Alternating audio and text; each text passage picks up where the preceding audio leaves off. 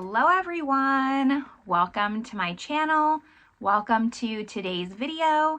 Today's video is going to be a palette ranking video. I have 7 palettes that I've done first impressions on. I've been trying them out, testing them out behind the scenes, just trying to finalize my thoughts, and I'm finally ready to update you all. So if that sounds good to you, if you like palette ranking videos, make sure you give this video a thumbs up. Subscribe if you haven't yet. I would love it if you stuck around, but with all that, let's just get into this ranking.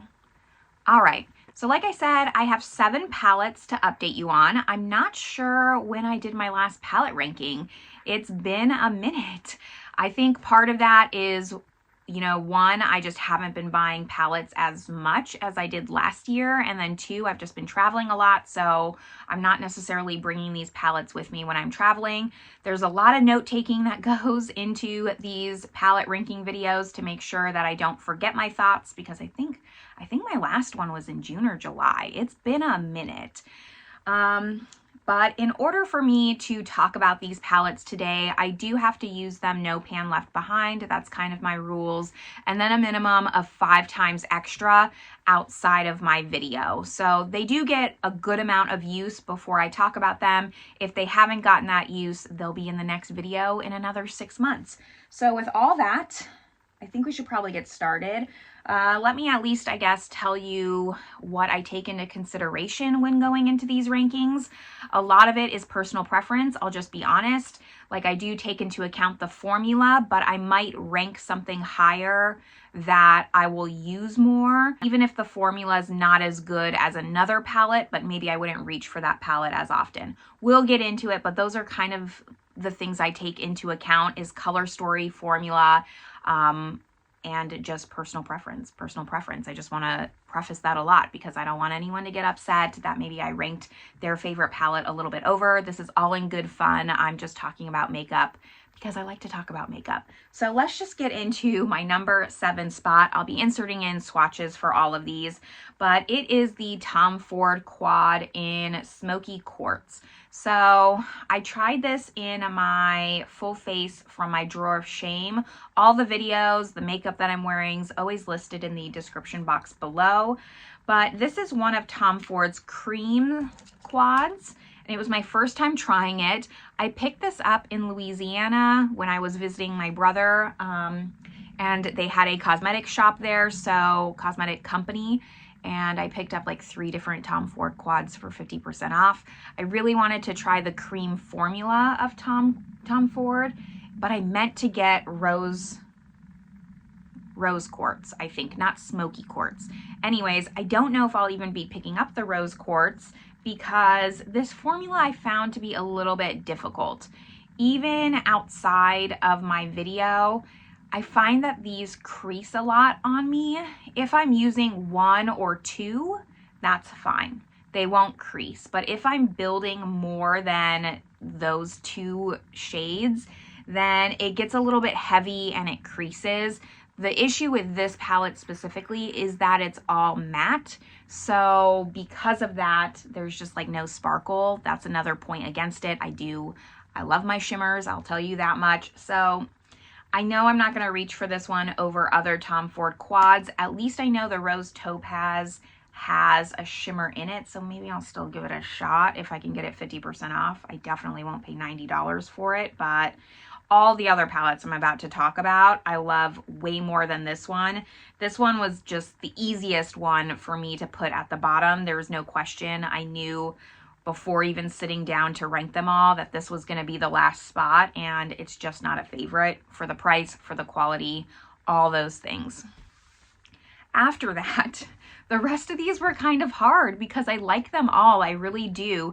Because I've been more selective with my purchasing decisions, there's been less duds, which is great. I love that. But when it comes to filming this and sitting down and having to put these palettes up against each other, makes it a little bit more difficult. So ranking this was tough, but we'll just start with the number 6 palette. It is the Blend Bunny Longing palette, my first Blend Bunny purchase, and really the only reason I put this in at 6th is because this is a color story I'm not going to reach for as often. I did really enjoy the mattes. I really do like the Blend Bunny formula. I can see why so many people talk about it and rave about it. The color stories for Blend Bunny is just what always holds me back from purchasing from them. That's why it took me so long to try a palette from them. And you know, it's going to be hard for me to continue to purchase from them only because I have to actually use the palette if I buy it. I do like this. I do use it. I love the purple tones. I love these types of tones, the desaturation, the, you know, the mutiness, is that a word, of these shades, but it is more mattes than shimmers. I love my shimmers. While the shimmers in here are stunning, I love this shimmer, all the looks that I did with this palette, I do like, but it's not something, you know, I could see myself bringing with me to travel. It's not an everyday palette for me. It's one that definitely is more when I'm just like feeling like playing with makeup, feeling like exploring, and that's the only reason why I put it at 6th and not any higher, is really just those reasons I already talked about. Number 5, very similar, but I like this color story better and I reach for it more, the Unearthly Spring Magic palette. This has a little bit more neutrals, plus it has more shimmers compared to mattes, so that gave it a leg up against the Blend Bunny.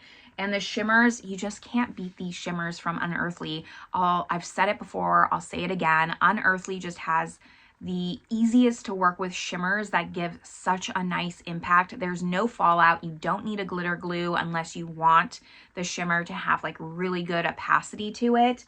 And I love just the different mix here. Like you have this rosy tone kind of here, which is a color story I love. You have neutrals in the middle row, something that I very much love.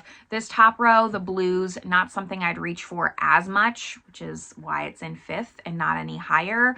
But 2/3 of this palette could be an everyday palette for me, and I very much love that. I love just how much you can see different eye looks in this. You can go across in just the rows. You can go kind of in quads here, like this quad, this quad here. You could even do, it's set up where it's very user friendly, and Unearthly just knocks it out of the park every time. I do prefer their smaller palettes than these 18 pans. Like I wish it was a 12 pan palette, and she's been coming out with more of these 18 pans. It's fine. It's kind of at my limit for palette size for me personally. That's just like kind of a side note. I do wish she would stick with the 12 pans, but I'm okay with the 18. Then we get into number 4, and it got only tougher and tougher from here because I will say the rest of these are kind of neutrals. The number 4 spot, my newest palette, is the Lisa Eldridge Fawn. Contrary to the last palette, I put this in at number 4 because it's smaller. There's less looks you can do with this palette. Excellent formula. I've had hits and misses with Lisa Eldridge, and that's also what made me put this in number 4 and not a little bit higher, because I am not 100% confident if you picked up this palette you would have the same quality that I have, because I've noticed some of my Lisa Eldridge palettes, they just don't perform the same across all the different palettes. Do you get what I'm trying to say? So it's very possible you could pick up this palette and the quality wouldn't be the same as the one that I'm holding in my hand here. And that holds me back from really putting it up a little bit higher. But excellent little 6 pan, really nice. I do like this palette from Lisa Eldridge. I would say that Sorcery is my number 1. I said that in my video with this, and this is actually my number 2. It's a really nice palette, and it is more versatile, I would say, than some of her other palettes. Like even the Myth palette, her purple palette, you know, there's not so much you could do with that. This, you really have a good variety of shades. Like you have a navy, you have a brown, you have a warm tone pink here, then you have kind of more this cooler tone silver. So while it's neutral, I actually think it's the most versatile out of all the Lisa Eldridge palettes, meaning like you can get the most amount of looks from a small amount of shades. So that's why I put this in at number 4, but there were some other neutral palettes that just beat it out. namely the Glaminatrix Barely Basic. It hurts me to put this in at number 3. It really, really does, but my heart just said this was number 3 in comparison to the number 2 and number 1 spot. Love this palette. I would purchase this palette 10 times over and over and over. I am going to get so much use out of this palette. This is one that I could travel with because it just has those staple mattes, and then it has those really great indie quality shimmers. I cannot recommend this palette enough. It's only based upon the palettes that it's up against that it's in the number 3, but I could see this on a different day with a different number of palettes. Like, this would easily be my number 1. I rave about Glaminatrix. I just purchased the Into the Night palette not that long ago. I'm very excited to play with that. I love that Glaminatrix is moving into these smaller size pans. It just makes it more affordable, one, but you know, I'm not going to go through an entire shadow. The other pans were a lot larger. I think it might already be previewed by the time this video comes up, but I think that there's talks that she's revamping the Nearly Natural, which would be amazing because a lot of people missed out on that palette, and it is a fantastic palette. I will say, out of those two, today, right now, in this moment, I prefer this one, only because of the row of iridescence. But I could see a lot of people liking the Nearly Natural more than this. I just am someone, I like the ease of the layouts. Again, it just really calls to my heart and my organization. So I like that compared to the Nearly Natural, but this is a really great palette. Highly recommend it if you're looking for indie, but you don't want those really more colorful palettes like Blend Bunny. Glaminatrix is your indie brand that I would really recommend. Excellent formula. Then we get into the number 2 spot. Number 2, I was going back and forth with number 2, number 3, but I decided that this one earned the number 2 spot because it surprised me the most on how much I really enjoyed playing with it. Every time I made a look, I loved it. And it has so many looks you can do. Every time I've played with this palette, I've gotten a different look that I've just fallen in love with. It is the Beauty Bay Botanical Palette.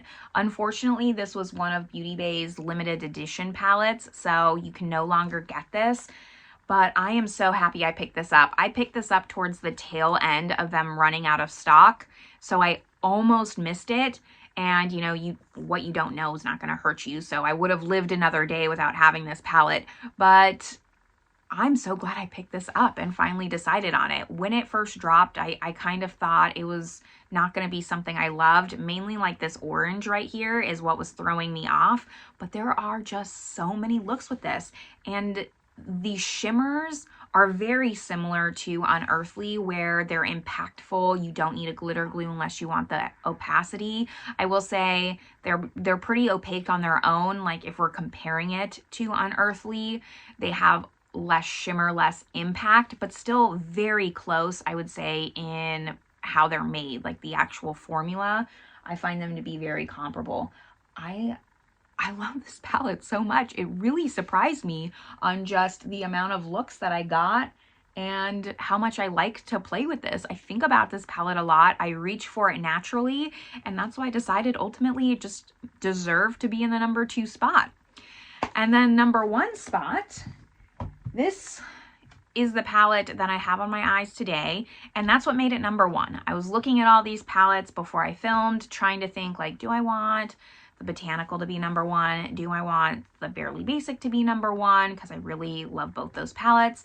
And then I decided, let me just go with the one that I want to wear today.